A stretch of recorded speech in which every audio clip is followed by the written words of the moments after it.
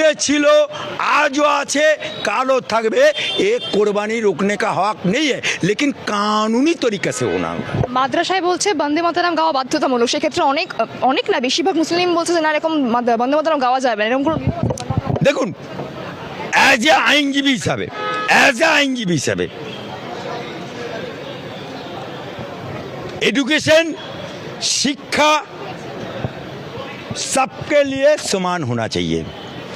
আমার নবী বলেছে যে আধুনিক শিক্ষায় শিক্ষিত হতে গেলে চীনে যাও, আধুনিক শিক্ষায় শিক্ষিত হতে গেলে চীনে যাও।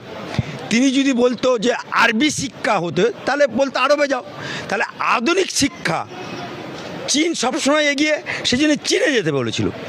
সেই নবী যখন বলছে আধুনিক শিক্ষার জন্য চীনে যেতে,